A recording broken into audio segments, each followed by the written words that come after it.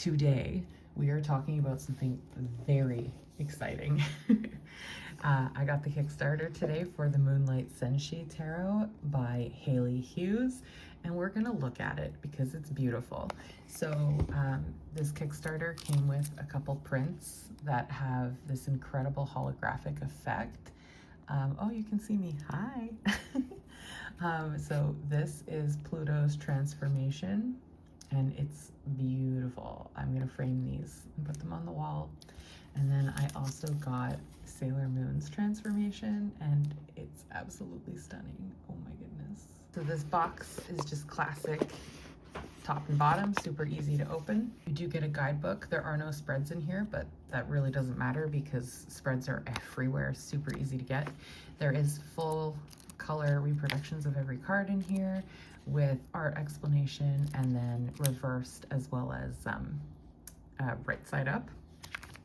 This deck has stunning gold edging. It's absolutely beautiful, so pretty. And the backs of the card have that same gold stamping, super pretty and completely reversible. And then on the front, you of course have the art, and there is also gold foil here. My cat's on my table and making all kinds of noise, so if you hear things, that's what you're hearing. It's not a ghost. I am absolutely obsessed with the art style here. It's so unique. Like, even though these are classic characters that we all know and love as Sailor Moon fans, but the art is very original and it's very her own, and I love it so much. I love Usagi as the Fool. Okay, so also I just want to mention I've seen all of it. I've seen the American, I've seen the Japanese, I've seen the original in both languages, I've seen the new in both languages, and I know they're vastly different. I just like to pretend they're alternate universes of the same thing, which is basically what they are, because a lot of details do change. Anyways, I love Usagi for the Fool.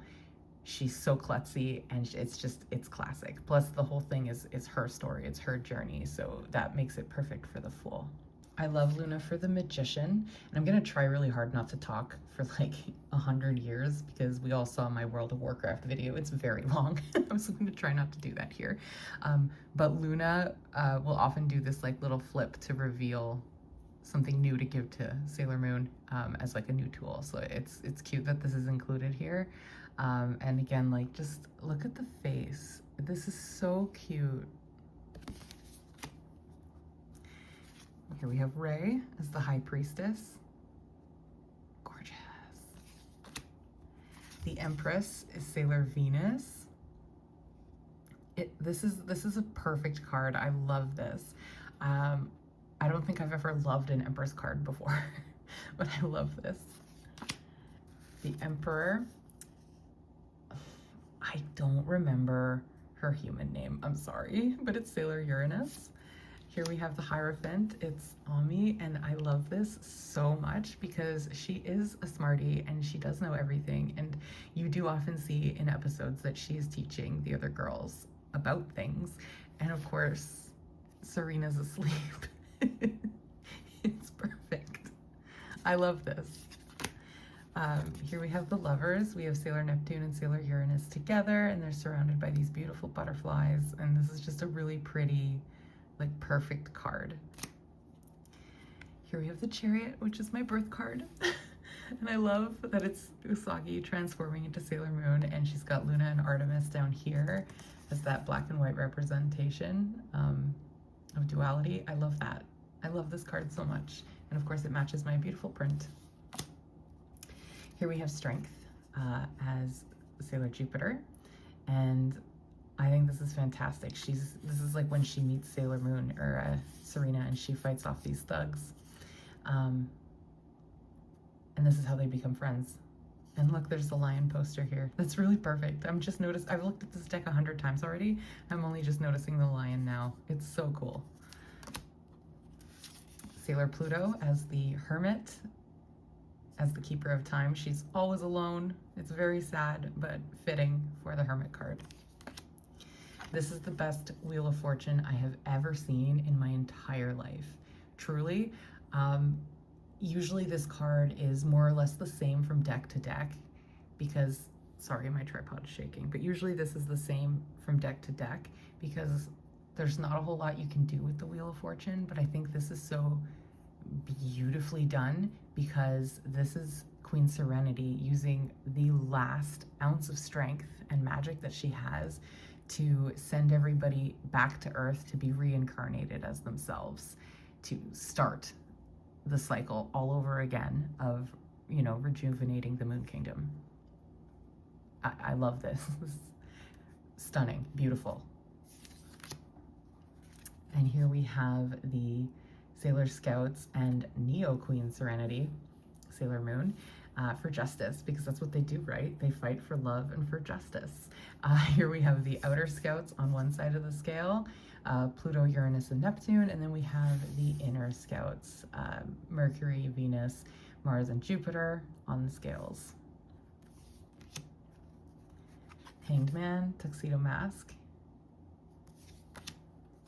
Death, of course, Sailor Saturn with her Silence Glaive. She's the destroyer of worlds, so this is super fitting and I love it. Temperance. The Devil, this is Prince Diamond trying to force Sailor Moon to stay with him because he falls in love with her and he becomes obsessed with her and he kidnaps her.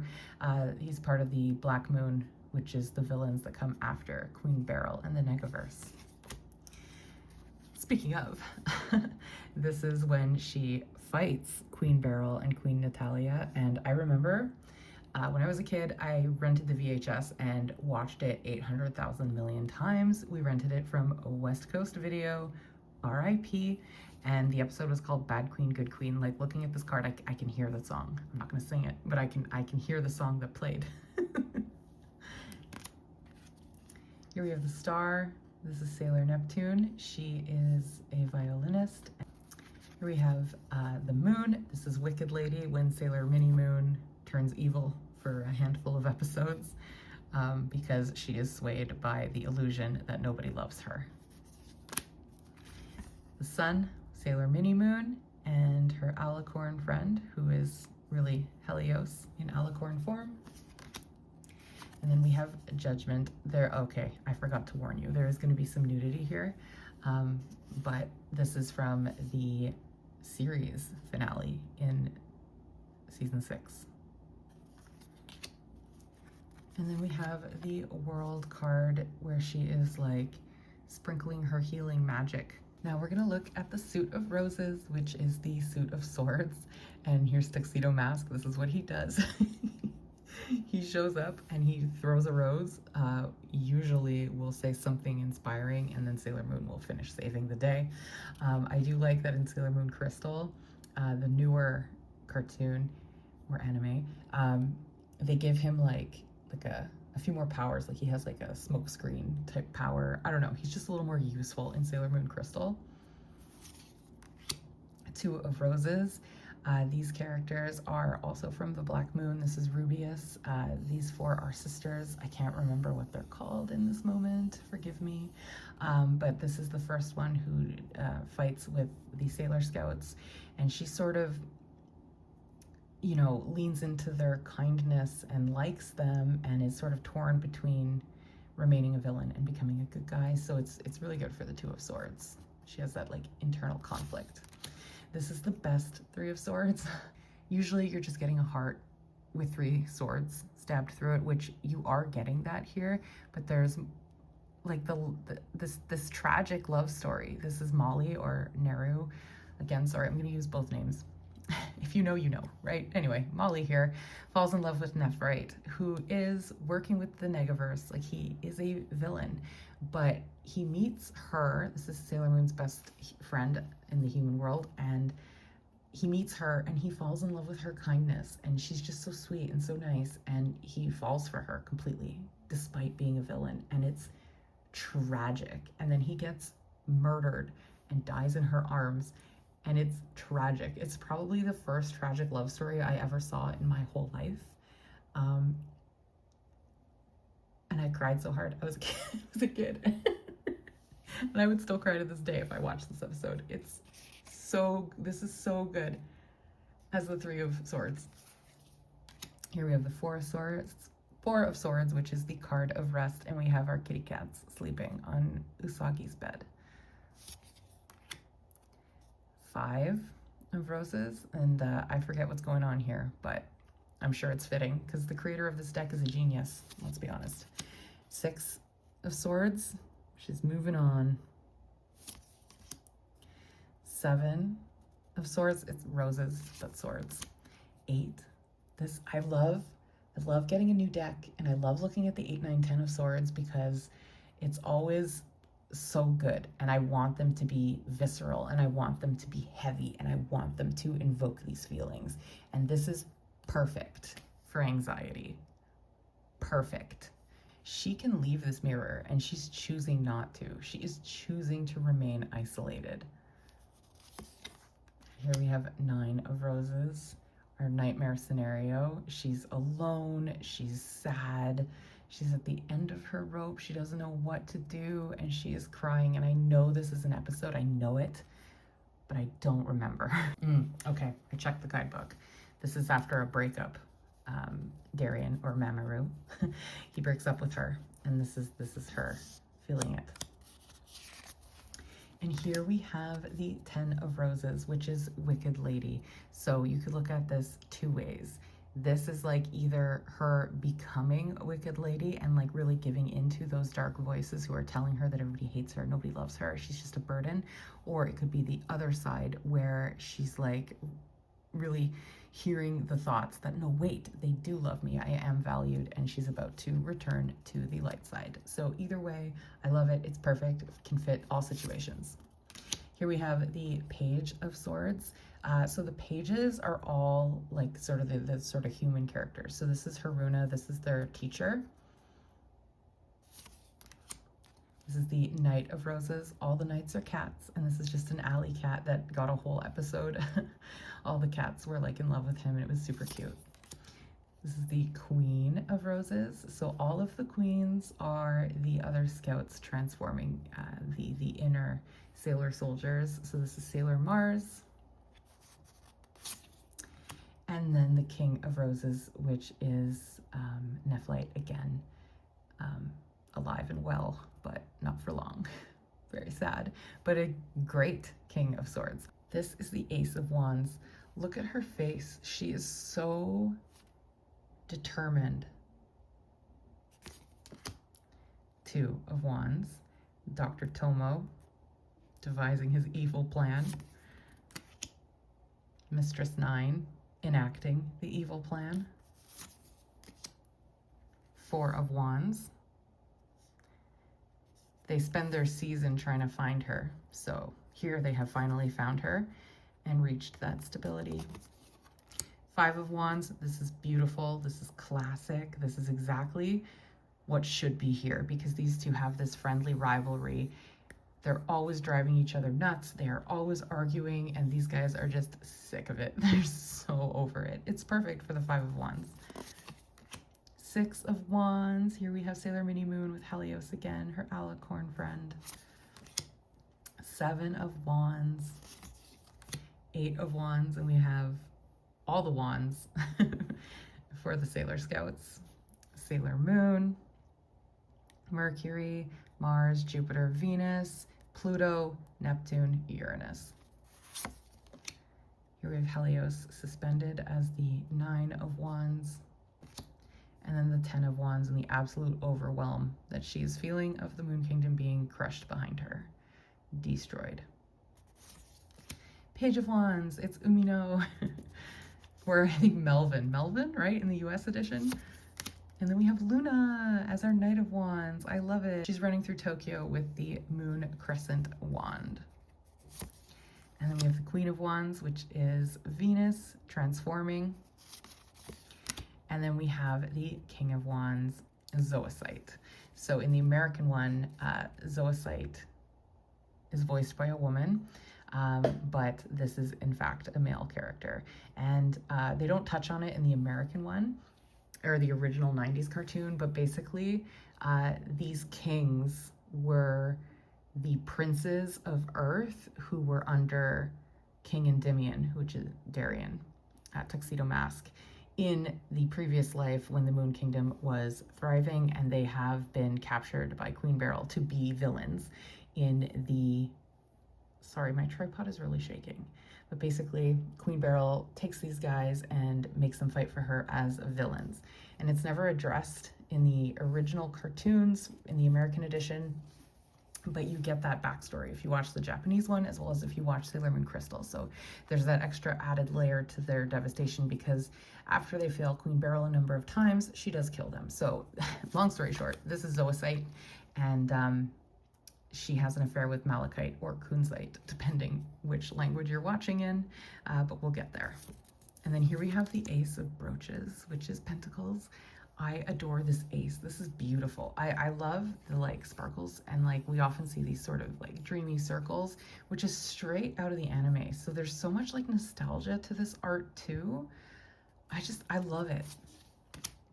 Two of Brooches. So she's got the two worlds, right? She's got her Serena, I just want to be an ordinary girl version of herself.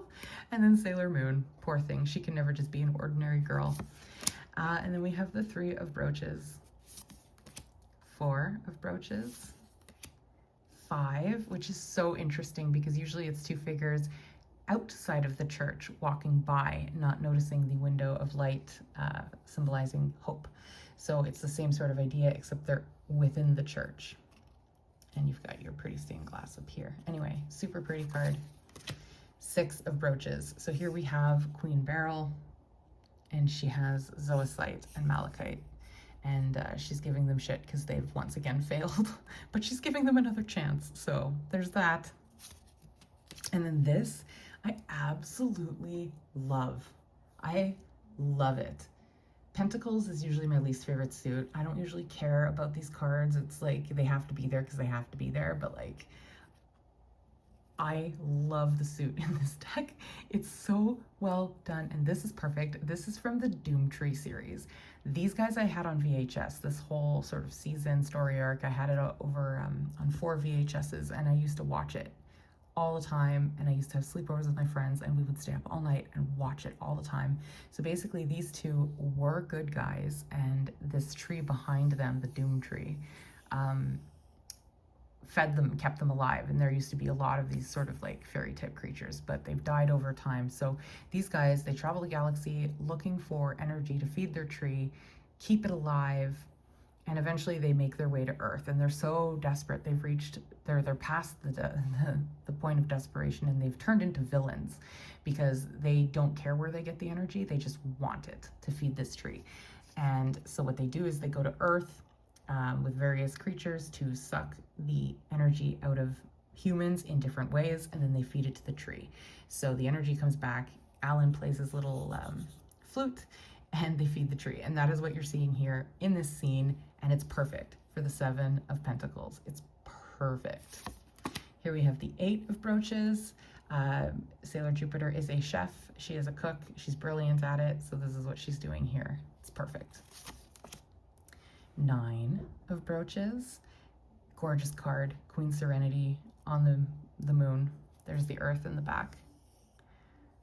And everything is beautiful. So this is before the big war. 10 of Brooches. This is wonderful. She's with her family. There's this newspaper here with Sailor Moon, an article about her saving the day. And here is Serena running in the back in the exact same position, and her parents like don't put it together. They're just oblivious, living their human lives. And I love this. I love this so much. She's always running late. She's always in a rush. She never wants to get out of bed. She never wants to go to school. She's always hungry. She's a klutz. Sometimes she falls down the stairs. I just identify with her so much. And so I don't know. I've always loved Sailor Moon. Okay, here we have the Page of Brooches, and it's Andrew at the arcade that he owns. Here we have Artemis, still at the arcade. Look at this sassy little cat. He's got a little can of tuna. Adorable. Queen of Brooches, Sailor Jupiter. The King of Brooches, Malachite or Kunzite. And finally, my favorite suit, the Ace of Cups, Ace of Grails. Here we have the two of grails. It's Queen Serenity and Prince Endymion. Of course, it's perfect. Three of grails, the girls having fun at the arcade, probably playing the Sailor V game. Here we have the four of grails. So we've got the Black Moon again here. Prince Diamond, Saphir. I think they just call her Emerald. I don't think they bother switching the pronunciation for her there. But basically, yeah, this is them on their little spaceship about to invade Earth. Again, for energy theft, but also Diamond is like in love with Princess Serenity, so he's here to get her and try to get her to fall in love with him like we were seeing in the Devil card. Five of Cups. This was Luna in her human form where she actually falls in love with a human, but he loves somebody else, so she's heartbroken. Six of Grails. This is Pluto with Sailor Mini Moon. They were buddies, and she basically took care of Sailor Mini Moon while Queen Serenity and Tuxedo Mask, or King Endymion, were trapped inside the crystal in Crystal Tokyo, which is the whole reason why she comes to the past to be with Serena, to bring them to the future to save them. Seven of Cups. This is wonderful. These are villains, and they sit in a bar, which is where they are here, and they try to pick what creature to send to Earth to do their bad guy bidding. So this is just a really great place for this card to take place. It's really good. It's very on theme, but in like an original way. I don't know. It's super cool. I'm very pleased. Eight of Cups. This is a whole storyline that I don't like because I'm a romantic and I don't like it that for 2 seconds she had feelings for somebody else. And then this is the Nine of Grails, and I love this. This is just the girls having a good time at this sort of diner type place that you see them in a lot in season 6 of the original show. This is just a really cute, well done card. And this is the 10 of Cups. Stunning card, absolutely beautiful. And they're probably on the moon. Yeah, they are. This is Earth back here. Page of Grails. This is Molly. It's perfect because, you know, she is super innocent and youthful, and she falls in love with Nephrite, as we saw. Here we have Diana, which is Luna and Artemis's kitten. Queen of Cups, Sailor Mercury's transformation, and then finally we have Jadeite as the King of Grails. Alrighty, so that was the Moonlight Senshi Tarot, again by Haley Hughes, linked below. I'm going to show you how this shuffles. I just had to pause and do a comparison video with my other two Sailor Moon decks, so I didn't want to shuffle it and put it out of order to have to put it back into order for that video. So I paused, did that, now I'm back, and we will shuffle. Pretty good. So I'm going to pull one and read the full guidebook entry.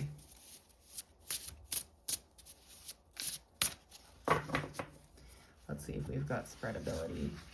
Not really, but you know what? With use, that will come. So I don't usually do this either, so like it really doesn't matter to me. So let's pull one of the guys in here, this one. 8 of Cups. Okay, Seiya looks back at Sailor Moon and Tuxedo Mask. Oh my god, I had this card all wrong. This, okay, yes, holy shit. Okay, I have changed my mind. This card, I was like, I don't like it, because she was in love with somebody else. But like, I get it now. I totally get it, and it works. So 8 of Grails, he is dissatisfied and leaving because they are in love with Sailor Moon, and she's obviously in love with Darien, Tuxedo Mask, who we have here. I get it now. This is why guidebooks exist. This is a brilliant card. Holy smokes. I love this. I'm so happy. Okay.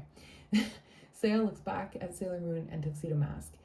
He recognizes the need to walk away from his relationship with Usagi, as she does not love him as he loves her. But it is still a difficult step to take. His continued presence would only lead to tension and a complete breakdown of their friendship. The grail that Seiya turns his back to have provided happiness and still do, but the time has come to leave. So that's an explanation on the art. So the upright meaning is the Eight of Grails represents the need to walk away from the past, to start fresh, and to move towards something brighter. It can represent painful separation, a breaking point, or even a stable situation that we choose to leave before it falls apart. We may experience despair and need to move towards something new. We walk away because something is missing spiritually. The reversed says that the Eight of Grails can indicate a refusal to leave a situation despite it no longer serving us. It can also reveal that the time to leave has not yet come, and a situation will still provide joy and meaning. Alternatively, it can mean a pattern of running away when the time has come for commitment. Gorgeous. Just one little page, and there's so much in there. This is so well done. What a passion project for this creator. You can just tell. Let's do one more. Let's go over here. Pull you. Nice. Let's see what the King of Brooches says.